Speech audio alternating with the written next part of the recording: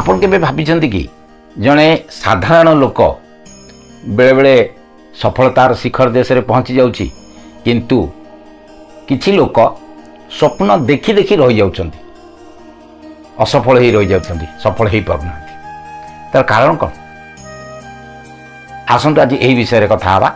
नमस्कार मु श्रीधर चंद्र पंडा जने मोटिवेशनल स्पीकर आपण मानको पुणी थरे स्वागत जनाउछि मोर YouTube channel digital success point. Digital success point रे आपण माने बहु प्रेरणादायक कहानी सुनी आछन्ति। गल्प नुहे साधारण यह हेउछि प्रेरणा शक्ति डिजिटल सक्सेस पॉइंट आपणकर सफलतार साथी। तेणु आसंतु आज यही गुरुत्वपूर्ण विषय आलोचना करिबा। देखंतु समय गोटे जिनस सबुठारु मूल्यवान। कई कई कहती धन मूल्यवान, कई कई कहती रिलेशनशिप मूल्यवान, कई कई कहती नेम एंड फेम नाम आ जश ये मूल्यवान, किंतु प्रकृति में सब किसी भी मूल्यवान नहीं। समय होची सबुठारु मूल्यवान। कहीं ना ही समय को उपयोग करी लोक सक्सेस होइथांती। समय गोटे दिन रे 24 घंटा समस्त पाखे 24 घंटा, मो पाखे 24 घंटा, आपण मान पाखे 24 घंटा, प्रधानमंत्री मोदी पाखे 24 घंटा, जिते बड़ सक्सेसफुल लोक होता सफल व्यक्ति होता पाखे समय हूँ 24 घंटा समस्त समान। किंतु सही 24 घंटा समय को उपयोग करी किए सफलतार शिखर में पहुंची जाउछि, किंतु सही 24 घंटा को बर्बाद करी बहुत लोक फेल मारी जाउछन्ति, असफल हो जाउछन्ति। तेबे आज आसंतु जानिबा यही 24 घंटा समय उपयोग आमे किभली करिबा। बहुत लोक मोबाइल फोन में बहुत समय नष्ट कर देउछन्ति। सही समय को आपण पाखे फ्री देखो जहाँ को पचारे कहे मो पाखे समय ना, जेकोसी कम जन को दिंतु कहतु ये कम टे करदे, से कह जे मो पाखे समय ना। कि जदि आम पचारा जे मोबाइल केते समय तुम खर्च कर देखा गले 4 ରୁ 5 घंटा समय से मोबाइल ही सोशल मीडिया ही खर्च कर देउछि। तेणु आमर जो फ्री टाइम आम पाखे अच्छी जदि आम टाइम मैनेजमेंट ठीक भाव में करदे, छोट छोट काम को आमर अभ्यास रे परिणत करदे, तेबे निश्चित भाव में सफलता आपे आपे आम पाखु चली आसब। तो आसतु 20टी छोट छोट अभ्यास विषय में आज आपण मानू कहबी। जदि आपण माने याकू आपणकर दैनंदिन अभ्यास रे परिणत कर देउछंती, तेबे सफलता निश्चित भाव में आपण मानक पाखु आसीजिवो। प्रथम शिक्षा, प्रथम पाहाच, प्रथम कथा हला सकाळु शीघ्र उठिबा। देखंतु जिते सफल व्यक्ति अछंती ना ता भितरु 95% लोक सकाळु ही उठंती। तार कारण कौन ना, सकाळु जदि आमे उठुचे आम पाखे समय बहुत रोचे। आपण धरतु सकाळ 7टार उठुचंती, 5टा बेले उठंतु, 2 घंटा आपण अधिका पाइले। दिन को जदि 2 घंटा पाइले मासु केते पाइले 60 घंटा, वर्ष केते पाइले 720 घंटा। 720 घंटा हेले केते हला, गोटाए मास बढ़ीगला। देखो दिन को 24 घंटा हेले 30 दिन केते 720 घंटा। तेणु आपण जदि दिन को 2 घंटा पाउछंती ताले गोटाए मास आपण अधिका पाई गेलेनी। समस्त पाखे 12 मास हेला आपणकर 13 मास हेगलानी। तेणु सकाळु शीघ्र उठिबा। सकाळु शीघ्र उठिले कोन लाभ हमर हबो? सकाळु शीघ्र उठिले ताहा केवल आम शरीर को सतेज रखे ना, ताहा हमर मन को मध्य सतेज रखे, आम आत्मा को मध्य सतेज कर दिए। कहीं ना सकाळर समय होउची शांत। सकाळर शांत परिवेश आपनकर मन, आपण सोईकी उठिथिबे आपनकर मन मध्य शांत। तेणु सही समय आपण जहाँ चिंता करिवे, आपनकर दिन को जाकर प्लानिंग सही समय ही बनातु। आज कौन कौन करिवे। तेणु गोटे प्रोभार्ब अछि, early to bed early to rise makes a man healthy wealthy and wise. तेणु प्रत्येक सफल व्यक्ति सकाळु उठंती, ब्राह्म मुहूर्त रे उठंती। तेणु आपण मध्य भोर उठंतु, आपणकर सकारात्मक चिंता नहीं कार्य आरंभ करंतु। 2 नंबर काम हला एक्सरसाइज। प्रत्येक दिन सकाळे उठिला परे आपण किछि एक्सरसाइज करंतु। एक्सरसाइज कले कौन हम ना, हेल्दी बॉडी हम, शार्प माइंड हम। आपण को खुशी अनुसार आपण करंतु ना, वॉकिंग करंतु, रनिंग करंतु, जॉगिंग करंतु, जिम जांतु, जहाँ आपण को खुशी, साइक्लिंग करंतु, जहाँ आपण को खुशी आपण करंतु। किंतु 45 मिनिट आपण एक्सरसाइज करंतु। आपण शरीर सुस्थ रहिबो, आपणकर मन सुस्थ रहिबो, आपण दिन जाक पई ଚାର୍ଜ ହେଇଯିବେ, ଆପଣଙ୍କ ମନ ସତେଜ ହେଇଯିବ, ଆପଣ ଯେକୌଣସି କାମ ପାଇଁ ଆଗେଇ ଯିବେ। ତେଣୁ ଏକ୍ସରସାଇଜ କରନ୍ତୁ 45 ମିନିଟ୍।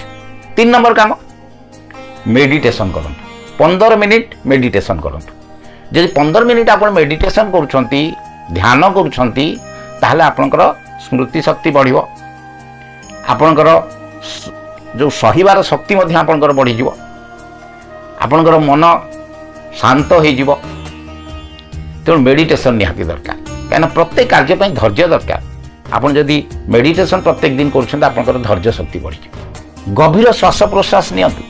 ଗଭୀର ଶ୍ୱାସ ପ୍ରଶ୍ୱାସ ନେଲେ କ'ଣ ହେବ ନା ଆପଣଙ୍କର ଫୁସ୍ଫୁସ୍ରେ ଯେଉଁ ରନ୍ଧ୍ର ଗୁଡ଼ିକ ରହିଛି, ସେ ରନ୍ଧ୍ର ଗୁଡ଼ିକ ଧୀରେ ଧୀରେ ଖୋଲିଯିବ। ଆମେ ଯେଉଁ ଶ୍ୱାସ ପ୍ରଶ୍ୱାସ ନେଉଛେ ଠିକ୍ ଭାବରେ ଆମେ ନେଉନାହିଁ, ତେଣୁ ଫୁସ୍ଫୁସ୍ରେ ବହୁତ ଗୁଡ଼ିଏ ରନ୍ଧ୍ର ବନ୍ଦ ହେଇକି ରହୁଛି। ତେଣୁ ଯେତେବେଳେ ଲୋକକୁ ଥଣ୍ଡା ହେଉଛି ବା ଶ୍ୱାସ ହେଉଛି, ସେ ବହୁତ କଷ୍ଟ ପାଉଛି। ତେଣୁ ଆପଣ ଯଦି ଗଭୀର ଶ୍ୱାସ ପ୍ରଶ୍ୱାସ ନେଉଛନ୍ତି, ତୀବ୍ର ଭାବରେ ନେଉଛନ୍ତି, ତାହେଲେ ଆପଣଙ୍କର ଫୁସ୍ଫୁସ୍ର କଣା ଗୁଡ଼ିକ ଖୋଲିଯିବ, ଅଧିକ ମାତ୍ରାରେ ବାୟୁ ପ୍ରବେଶ କରିବ, ଅମ୍ଳଜାନ ପ୍ରବେଶ କରିବ। ଅଧିକ ମାତ୍ରାରେ ଯଦି ଅମ୍ଳଜାନ ପ୍ରବେଶ କରୁଛି, ତାହେଲେ ଆପଣଙ୍କର ରକ୍ତ ମଧ୍ୟ ପରିଷ୍କାର ହେଇଯିବ ଏବଂ ଆପଣଙ୍କୁ ସୁସ୍ଥ ରଖିବାରେ ସାହାଯ୍ୟ କରିବ। ତେଣୁ ପ୍ରତ୍ୟେକ ଦିନ ଆମେ ଏକ୍ସରସାଇଜ କରିସାରିଲା ପରେ କିଛି ସମୟ ମେଡିଟେସନ୍ କରିବା ଏବଂ ମେଡିଟେସନ୍ କରିବା ସମୟରେ ଗଭୀର ଶ୍ୱାସ ପ୍ରଶ୍ୱାସ ନେବା। ଦେନ୍ 5 ନମ୍ବର କାମ ହେଲା କ'ଣ ନା ଆମେ ଭିଜୁଆଲାଇଜେସନ୍ କରିବା। ଭିଜୁଆଲାଇଜେସନ୍ କ'ଣ? ଧରନ୍ତୁ ଆମେ କୌଣସି ଜିନିଷ ପାଇବା ପାଇଁ ଇଚ୍ଛା କରୁଛେ, କିନ୍ତୁ ତାକୁ ଭିଜୁଆଲାଇଜ୍ କରନ୍ତୁ ଯେ ଯେମିତିକି ମୁଁ ସେ ଜିନିଷ ପାଇସାରିଛି। ଆପଣ ଗୋଟିଏ ଚାକିରି ପାଇବା ପାଇଁ ଇଚ୍ଛା କରୁଛନ୍ତି, ଇଣ୍ଟରଭ୍ୟୁ ଦେଉଛନ୍ତି, ସବୁବେଳେ ଫିଲ୍ କରନ୍ତୁ ଯେ ମୁଁ ସେ ଚାକିରି ପାଇଯାଇଛି, ସେ ଚାକିରି ପାଇବା ପାଇଁ ମୁଁ ଯୋଗ୍ୟ, ମୁଁ ପାଇଯାଇଛି, ଏଭଳି ଫିଲ୍ କରନ୍ତୁ। ଆମେ ପ୍ରାର୍ଥନା କରୁଛେ ଭଗବାନଙ୍କୁ, ମୋତେ ଧନ ଦିଅ, ମୋତେ ସମ୍ପଦ ଦିଅ, ମୋତେ ଚାକିରି ଦିଅ, ମୋ ପୁଅର ବାହାଘର ଭଲ ଜାଗାରେ ହେଇଯାଉ, ମୋ ଝିଅର ବାହାଘର ଭଲ ଜାଗାରେ ହେଇଯାଉ, ବା ମୋ ପୁଅର ଗୋଟିଏ ଭଲ ଚାକିରି ହେଇଯାଉ। କିନ୍ତୁ ଆପଣ ଭିଜୁଆଲାଇଜ୍ କରନ୍ତୁ, ପ୍ରାର୍ଥନା କରନ୍ତୁ ନାହିଁ, ଭିଜୁଆଲାଇଜ୍ କରନ୍ତୁ। ହେଇଯାଇଛି, ମୋ ପୁଅର ବାହାଘର ଭଲ ଜାଗାରେ ହେଇଯାଇଛି, ଧୁମଧାମରେ ବାହାଘର ହେଉଛି, ବାଜା ବାଜୁଛି, ପିଲାମାନେ ନାଚୁଛନ୍ତି, ବହୁତ ଲୋକ ଆସୁଛନ୍ତି, ଖାଇବା ପିଇବା ହେଉଛି। ଭିଜୁଆଲାଇଜ୍ କରନ୍ତୁ, ଦେଖିବେ ସେଇଭଳି ହେବ। ଆପଣ ଭଗବାନଙ୍କୁ ସେଥିପାଇଁ ଧନ୍ୟବାଦ ମଧ୍ୟ ଦିଅନ୍ତୁ, ଦେଖିବେ ଭଗବାନ ଆପଣଙ୍କୁ ଅଜାଡ଼ିଦେବେ।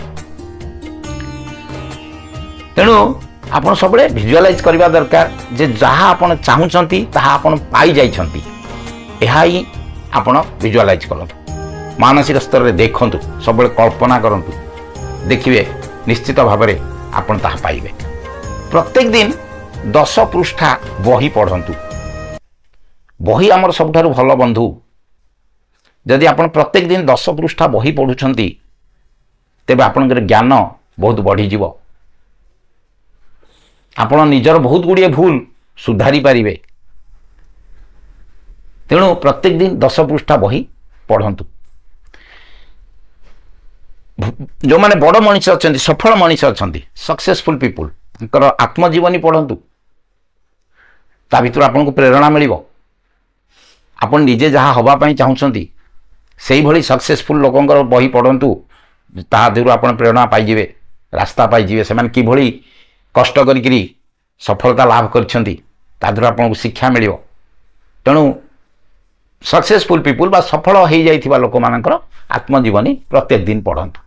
ବର୍ତ୍ତମାନ ଆଧୁନିକ ଯୁଗ, ଏଜୁକେସନ୍ ସ୍କିଲ୍ର ଯୁଗ। ବର୍ତ୍ତମାନ ଦେଖନ୍ତୁ computer, communication, chat GPT, AI, ବହୁତ ଜିନିଷ ଆସିଗଲାଣି। ବହୁତ ଲୋକ ଭଲ ପାଠ ପଢ଼ି ଭଲ ଚାକିରି କରି ମଧ୍ୟ ଚାକିରିରୁ ଛଟେଇ ହେଇଯାଉଛନ୍ତି। ଆଉ କିଛି ପିଲା ତ ଭାବୁଛନ୍ତି ଜଷ୍ଟ ପାସ୍ କରିଗଲେ ହେଇଗଲା, ତାଙ୍କ ଜୀବନ ଯେ କେତେ ନର୍କମୟ ହେଇଯିବ ସେମାନେ ଭବିଷ୍ୟତରେ ଜାଣିବେ। AI ଆସିଗଲା, ଚାଟ୍ ଜିପିଟି ଆସିଗଲା, କମ୍ପାନୀରୁ ଭଲ ଭଲ ନମ୍ବର ରଖି ଚାକିରି କରିଥିବା ପିଲା ବିଦା ହେଇଯାଉଛନ୍ତି। ତେଣୁ ପ୍ରତ୍ୟେକ ଦିନ ଆପଣ କିଛି ନା କିଛି ଶିଖନ୍ତୁ, କିଛି କୌଶଳ ଶିଖନ୍ତୁ, ସ୍କିଲ୍ ଶିଖନ୍ତୁ, କମ୍ୟୁନିକେସନ୍ ସ୍କିଲ୍ ଶିଖନ୍ତୁ, କମ୍ପ୍ୟୁଟର ଶିଖନ୍ତୁ, ଚାଟ୍ ଜିପିଟି ଶିଖନ୍ତୁ, AI ଶିଖନ୍ତୁ, ଯାହାଫଳରେ ଆପଣ କିଛି ନା କିଛି କ୍ରିଏଟିଭିଟି କରିପାରିବେ, କିଛି ନା କିଛି ନୂଆ ନୂଆ ଜିନିଷ ଆପଣ କରିପାରିବେ। ତେଣୁ ଶିଖିବା ନିହାତି ଦରକାର। ଯୁଗ ସହିତ ତାଳ ଦେଇକରି ଚାଲନ୍ତୁ, ତେବେ ଆପଣ ଆଗକୁ ଆଗେଇ ପାରିବେ। ପ୍ରତ୍ୟେକ ଦିନ କିଛି କିଛି ନୂଆ ଶବ୍ଦ ଶିଖନ୍ତୁ, ଆଟଲିଷ୍ଟ 5ଟି ଶବ୍ଦ ଶିଖନ୍ତୁ। ପାଞ୍ଚଟି ନୂଆ ଶବ୍ଦ ଯଦି ଆପଣ ଶିଖୁଛନ୍ତି ତାହେଲେ ଆପଣଙ୍କର ନଲେଜ ବହୁତ ବୃଦ୍ଧି ପାଇବ, ଆପଣଙ୍କର ଜ୍ଞାନ ବଢ଼ିଯିବ। କାହା ସହିତ କଥାବାର୍ତ୍ତା କଲାବେଳେ ଆପଣଙ୍କର ଭାଷା ପରିମାର୍ଜିତ ହୋଇଯିବ। ତେଣୁ ପ୍ରତ୍ୟେକ ଦିନ 5ଟି ନୂଆ ଶବ୍ଦ ଶିଖନ୍ତୁ। ଅନୁଶାସନର ଅଭ୍ୟାସ କରନ୍ତୁ, ନିଜର ମନକୁ ନିୟନ୍ତ୍ରିତ କରନ୍ତୁ। ଅନ୍ୟମାନଙ୍କ ସହିତ କଥାବାର୍ତ୍ତା ହେଲା ବେଳେ ବେଳେବେଳେ ଆମେ ଉତ୍ତେଜିତ ହୋଇପଡ଼ୁ, ଆମ ପାଟିରୁ କିଛି ନା କିଛି ବାହାରି ପଡ଼େ। ତେଣୁ ମନକୁ ଆମେ ନିୟନ୍ତ୍ରିତ କରିବା, ନିଜକୁ ଅନୁଶାସନ କରିବା, ତେବେ ଆମ ଚରିତ୍ରରେ ପରିବର୍ତ୍ତନ ଘଟିବ। ଧ୍ୟାନର ସହିତ ଅନ୍ୟର କଥାକୁ ଶୁଣନ୍ତୁ, ଅଯଥା କଥାବାର୍ତ୍ତା କରନ୍ତୁ ନାହିଁ। ଯାହା କହୁଛନ୍ତି ଅନ୍ୟମାନେ ତାକୁ ଆମେ ଧ୍ୟାନର ସହିତ ଶୁଣିବା ଏବଂ ଆମେ ଅନ୍ୟମାନଙ୍କ ସହିତ ଅଯଥା ଯୁକ୍ତିତର୍କ କରିବାରୁ ବିରତ ରହିବା। ତାହା ଆପଣଙ୍କର ବ୍ୟକ୍ତିତ୍ୱକୁ ବୃଦ୍ଧି କରାଇବ। ଅନ୍ୟମାନେ ଆପଣଙ୍କୁ ସମ୍ମାନ ଦେବା ଶିଖିବେ।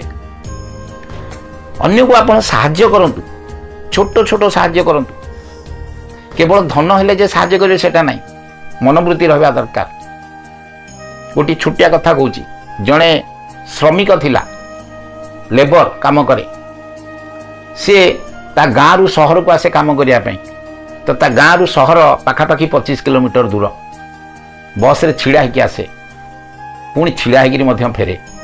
ଯଦି ବା ସେ ସିଟ୍ ପାଇଲା ତାହେଲେ ସେ ସିଟ୍ରେ ବସିଥିବ। ଯଦି ଦେଖିଲା ଯେ ଅନ୍ୟ କେହି ଛିଡ଼ା ହେଇଯାଇଛନ୍ତି, ବୃଦ୍ଧ ବା ମହିଳା ବା ଅକ୍ଷମ ବ୍ୟକ୍ତି, ତାହେଲେ ସେ ତାକୁ ସିଟ୍ ଦେଇଦିଏ, ନିଜେ ଛିଡ଼ା ହେଇକି ଆସେ।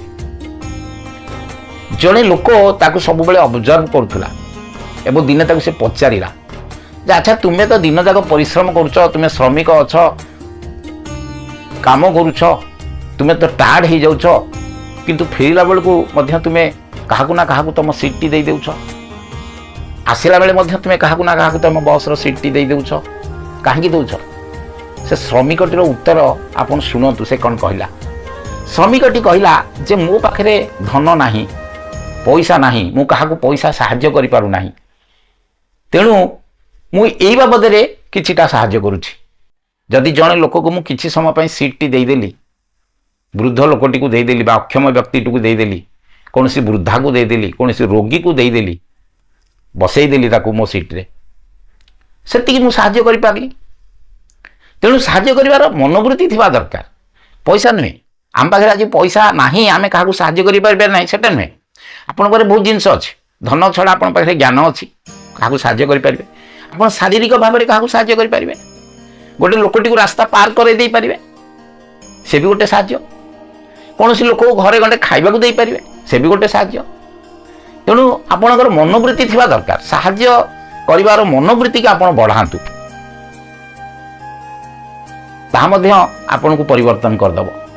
ନିଜର ଡର ବା ଭୟକୁ ଦୂରେଇ ଦିଅନ୍ତୁ। ଯେଉଁ କାମ କରିବା ପାଇଁ ଆପଣଙ୍କୁ ଡର ଲାଗୁଛି ବା ଭୟ ଲାଗୁଛି ତାକୁ ପ୍ରଥମେ କରନ୍ତୁ। ତା ଫଳରେ କ'ଣ ହେବ?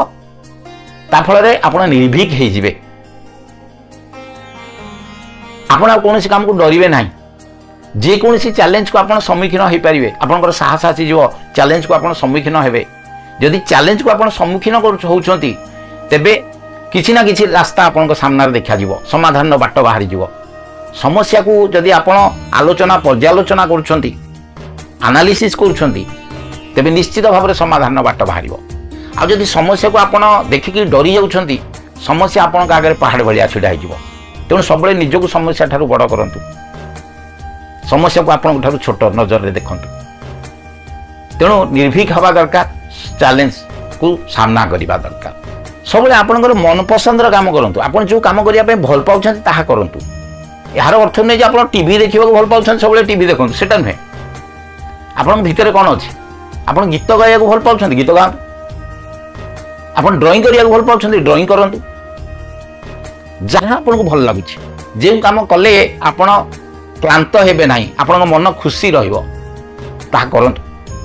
ଦେଖିବେ ଆପଣଙ୍କ ଭିତରେ ଯେଉଁ ପ୍ରତିଭା ଲୁଚିକି ରହିଛି ସେ ବାହାରକୁ ବାହାରି ଆସିବ। ଲୋକମାନେ ଆପଣଙ୍କୁ ଜାଣିବେ, ଚିହ୍ନିବେ ଏବଂ ଆପଣ ମଧ୍ୟ ସେଇ କାମରେ ବହୁତ ଉପରକୁ ଉଠି ଯାଇପାରିବେ। ତେଣୁ ଆପଣ ଯାହା ଭଲ ଲାଗୁଛି ଆପଣଙ୍କୁ ତାହା ହିଁ କରନ୍ତୁ। ସୋସିଆଲ ମିଡ଼ିଆରେ ସମୟ ବହୁତ କମ୍ ଖର୍ଚ୍ଚ କରନ୍ତୁ।